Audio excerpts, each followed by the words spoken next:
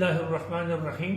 میں منیر خان اورکزئی، ممبر قومی اسمبلی این45 ضلع کورم سے آپ لوگوں کے سامنے مخاطب ہوں۔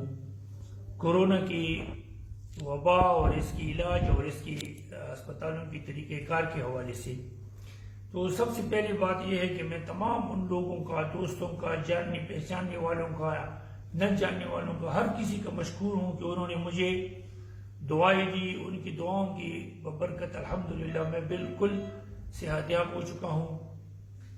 ہماری کسی قسم کا کوئی نہ ابھی تکلیف ہے نہ کوئی اور مسئلہ ہے۔ ایک بار پھر میں سب کا شکریہ ادا ہوں۔ اس کے علاوہ بہت پروپیگنڈا ہو رہا ہے ڈاکٹروں اسپتالوں کے بارے میں کہ کوئی انجیکشن لگاتے ہیں، کوئی پریشر ڈالتے ہیں، لوگوں کو خود برواتا ہے۔ میں آپ کو حلفاً کہتا ہوں کہ حیات آباد میڈیکل کمپلیکس میں جب مجھے پہلے دن لایا گیا تو اس دن سے آج ہمارا 15واں دن تھا۔ 15 دن میں میں نے جتنا حیات آباد میڈیکل کمپلیکس کے سٹاف، خاص کر اس کے پروفیسر محمد نور وزیر، ڈاکٹر سید امین افریدی، ڈاکٹر آصف افریدی اور شہزاد اکبر اور اس کے تمام سٹاف، نیچے جتنے اس کے سٹاف کا مرے، ان لوگوں کا جو محبت میں نے مریضوں کے ساتھ دیکھا، اپنے ساتھ نہیں، یہ نہیں کہ میں نہیں تھا، جو دوسرے مریض تھے، ایسے مریض جنہوں نے گھر والوں کو یہاں چھوڑا اور وہ بھاگ گئے، انہوں نے سب سے پہلے آ کے ICU میں بہت ان کا خیال رکھا ہے۔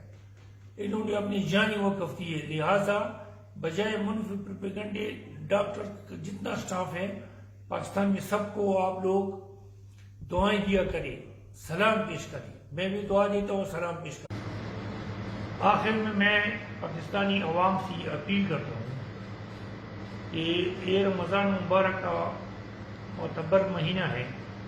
لوگ اس مہینے میں عبادت دوسرے مہینوں کے مقابلے میں زیادہ کرتے ہیں، لیکن چونکہ یہ مرض جو ہے یہ دنیاوی، ساری دنیا میں وبا پھیلی ہوئی ہے، لہٰذا آپ لوگ مسجدوں میں فرض نماز تک محدود جائیں اور فوراً آئیں واپس، وضو گھر سے کریں، اگر یہ نماز ساتھ لے جانا ہے تو گھر سے لے جائیں۔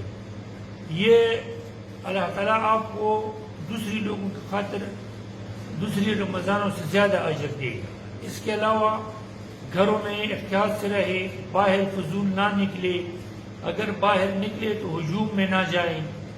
اس کے علاوہ ماسک پہنے، گھر آتی ہی جاتی ہی ہر وقت گھنٹے میں ایک بار 20 سیکنڈ تک صابن سے ہاتھ دھوئے۔